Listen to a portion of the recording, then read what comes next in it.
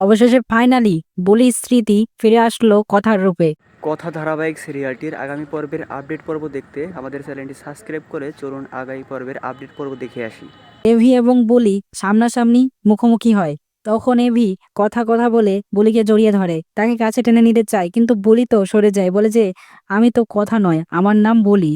অগ্নি বলে, কি বলছিস এইসব কথা? তুই তো আমার কথা, তাই না? তোর স্মৃতি হারিয়ে গেছে, তুই একটু মনে করার চেষ্টা কর। তখন বলি কিছুটা মনে করার চেষ্টা করলে তার মাথা ঘুরে আসে এবং অজ্ঞান হয়ে মাটিতে পড়ে যায়। অগ্নি সাথে সাথে কথা অর্থাৎ বলিকে হসপিটালে নিয়ে চলে আসে এবং জ্ঞান ফিরতেই পাচক মশাই বলে ডেকে ওঠে কথা।